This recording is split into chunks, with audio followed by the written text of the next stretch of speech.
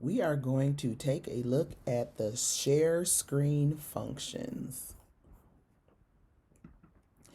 Share screen can be found at the bottom of the toolbar. You'll see it here, it's in green. When you click on share screen, it should bring up a screen that looks similar to this. Now the things that you have open, all of these things here, those would depend on what you have open on your computer. Sometimes it'll just be your desktop. I keep a lot of things open. I like to do a little recon, looking through what's all available. And remember, we read left to right and top to bottom. So when your eyes are darting and looking for things and you're not really sure what you're seeing, always go back to left to right, top to bottom, and just scan your space. So what we see here are basic, advanced, and files. We'll come back to that, but we know it's there. All of the screens and things that are available to you. If you have a double monitor setup, there'll be desktop 1, desktop 2, things like that. Whiteboard and other things we'll take a look at. If you, this is a Mac, so I have the option of doing some things with my iPhone here. And then all of the screens that I have open. Probably should have closed those, but this is a work in process. So top to bottom, let's go to the bottom. Oh, we have some things here. If you're going to be using video or playing music or sharing any sound during your share, these spaces are very important, so much so that I would say always go down here and click these two buttons. If you click the optimize for video clip, both of the buttons will click on at the same time. If you're a click counter or you move with precision, you may want to save yourself a click and do that.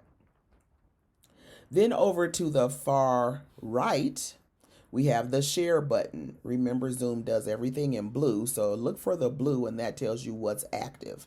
So by that, we know that we're on the basic screen. The desktop is what we're looking at. We're sharing sound and optimizing for video clips. And when we're ready to share, we can do that.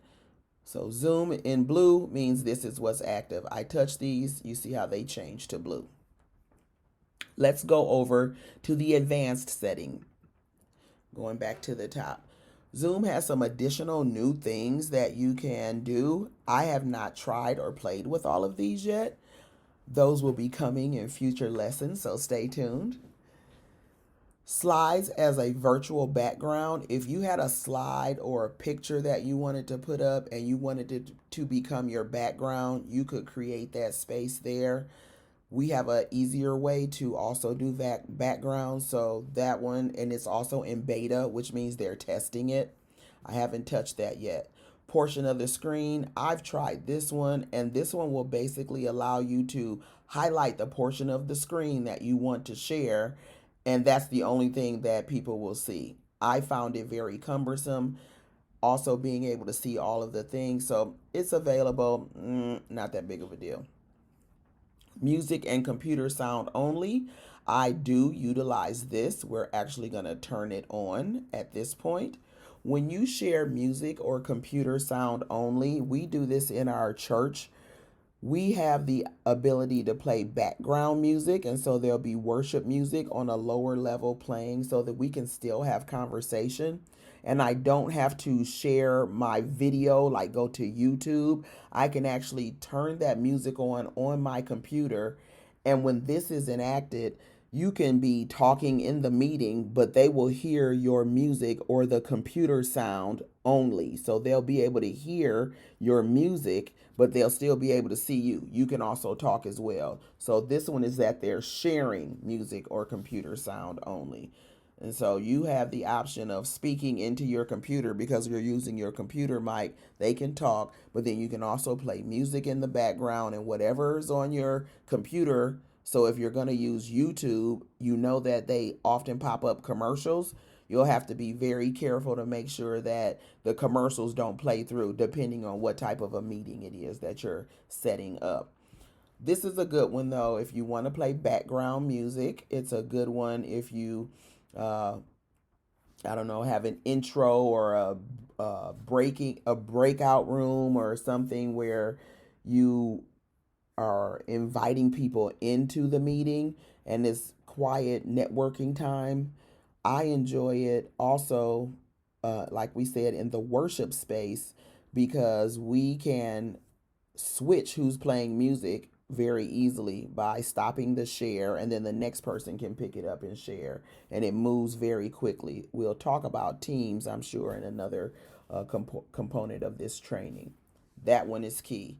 Video works exactly the same way. You can share video and the video will just be playing. So if you think about maybe on your screen having either your face or that static picture, now you will be able to have that video playing. And I haven't looked into that one yet. We'll do an additional training there. And then content from a second camera. Teachers who have been using Elmos and different things like that for quite some time know probably the most about this content from a second camera. The next thing would be if you have multiple cameras hooked into your computer and one camera is set over to maybe look at a document or to look at a setup of something that you have. Maybe you have a remote control and you can control that camera without having to be by that camera so that you're not the person moving around, but the camera is doing the work. You can actually share content from the second camera. And so that allows you then to have a Zoom setup where you can switch angles or you can switch cameras. Probably very high level. I haven't played with that yet. I have teacher friends who use that when they're doing math lessons in particular to be able to switch over and do the hand calculations without having to type all those things in. And when they're teaching students, the students can see the actual live work without her having to move her camera. So very good feature there. Then we have files. We're going to go back up to the top, right? Because at the top, we started at the top and then move to the bottom, left to right. So you can share files from any of these, all of these, none of these, however you want to do it. This one's not that necessary for me. We have that capability in the chat, so I would not share files through this mechanism. But they have all of these different formats: Microsoft OneDrive, Google Drive, Box, and then SharePoint. So you have the option of sharing those files. I'm going to go back to advanced and make sure that I'm highlighting music and computer sound only. And I'm going to push share, and then share, it's only going to be sharing the music or the background if I were to do that now. I'm going to leave that setting right there and have that highlighted. Go back to basic, and then I'm going to share my desktop so I can show you what that looks like as well. And we'll see if the music will actually be sharing as well. So we're going to go down to the bottom, push blue. I'm just going to share the desktop. Oh, let me tell you this. I'm just going to share the desktop because when you share the desktop, they can see all the stuff moving around, the people that are in your meeting, but you will also be able to go from your PowerPoint to the internet without having to change the share all the time. A lot of times people will pick Microsoft PowerPoint because that's what they want to share. But when they do that, they will wind up switching, going somewhere else, and forgetting that nobody can see what they're doing because they're still just looking at the Microsoft PowerPoint share. Now, I see this message. You'll see that there that says hold the up arrow and shift to select multiple windows. That's advanced. I will work on that and create another training that talks about that. Right now, I'm still at the sharing single windows phase, but we can certainly delve into that with some future training. The desktop, again, I'm going to share. We have our bottom settings here with optimized video clip, and we're going to push share. And now they can see what's on my screen. Again, I have lots of things, so I'm going to close my Zoom folder there, and you'll see that I have this PowerPoint that's sitting here that's ready to go. Let me talk about the green bar. If you look at the very top and all the way around the outline, you'll see the green little halo. The green halo shows you what's being shared. So anything within that green halo, the people on your meeting will be able to see that. Your stop share or new share space, those are great. This new share is a great little button. So if in the event that you were going to switch to another thing to look at, you don't have to stop your share, which takes you all the way back to the meeting. You can push new share, pick another thing to share, and then only go back to that music, so or something like that, whatever you wanted to check into. So you have the option of changing your share, and while you're doing all this, they can't see this screen depending on what type of computer you're on. They do different things between the Mac and the Dell or a PC, so it depends on what you can see on that screen, but they typically wouldn't see all of this because it's the Zoom interface. And so Zoom shows the screen, not necessarily their tools. So you go back, click that share. I'm going to keep that same share. Here's one additional tip before we get done here with the share screen function. In a PowerPoint setting, if you are going to share a PowerPoint, there's one little trick. And if you go to slideshow up at the very top on the PowerPoint page, you'll go to home, insert, draw, design, transitions, animations, and then slideshow. Click on slideshow, and then you want to go to set up slideshow.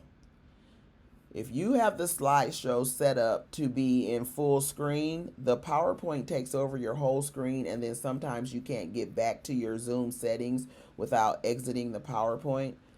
That makes it really clunky sometimes, and people get flustered there. However, if you browse by an individual, it's going to open it up into a window, and then you have the option of maneuvering the PowerPoint. But some people don't like that feature either, because then you can see some of the outline parts of the PowerPoint window. So it's 6 to 1, half a dozen of the other. I personally like to have the browse by an individual.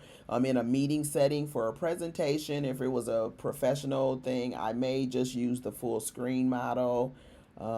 It depends on the audience and what's actually happening. If it's going to be for like a live recording, different things like that. So again, it's personal preference. But if you do that and you click OK, when you get ready to share your PowerPoint and you have multiple places you can share, right up here at the top, you can play from start, you can play from the current slides, you can put it in presenter view, or you can go clear to the bottom at the right, down here, and you see this little PowerPoint screen right here that says slideshow. You can click there. People have certain things they like, and so you decide where you want to click it from. So here we are in the PowerPoint, but as I said, your participants can see that top bar that says PowerPoint slideshow, and some people don't like that. I don't mind that at all, and it makes it easier for me to maneuver between Zoom and my PowerPoint. So that's just a little bit about